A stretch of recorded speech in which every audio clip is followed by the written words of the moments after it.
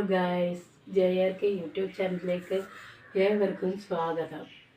ഞങ്ങൾ ഇന്ന് ചെറിയൊരു ഷോർട്ട് വീഡിയോ ആയിട്ടാണ് വന്നിരിക്കുന്നത്. ഒരു വർഷത്തോളം കേടാവാതെ ചക്ക എങ്ങനെ സൂക്ഷിക്കാം ഫ്രീസറിൽ. നമ്മൾ ഗ്യാസ് കത്തിച്ച് അതിലോട്ടൊരു ഇഡ്ഡലിത്തട്ട് വെച്ച് അതിൽ വെള്ളം ഒഴിക്കണം. അതിൽ ഇഡ്ഡലിത്തട്ട് വെച്ച് കൊടുത്ത് അതിലേക്ക് ചക്ക കുറേശ്ശെ വാരി വെക്കുക. ഇതിലൊരു ആവി കയറി കഴിയുമ്പോൾ ചക്ക തണുക്കാൻ വെക്കണം.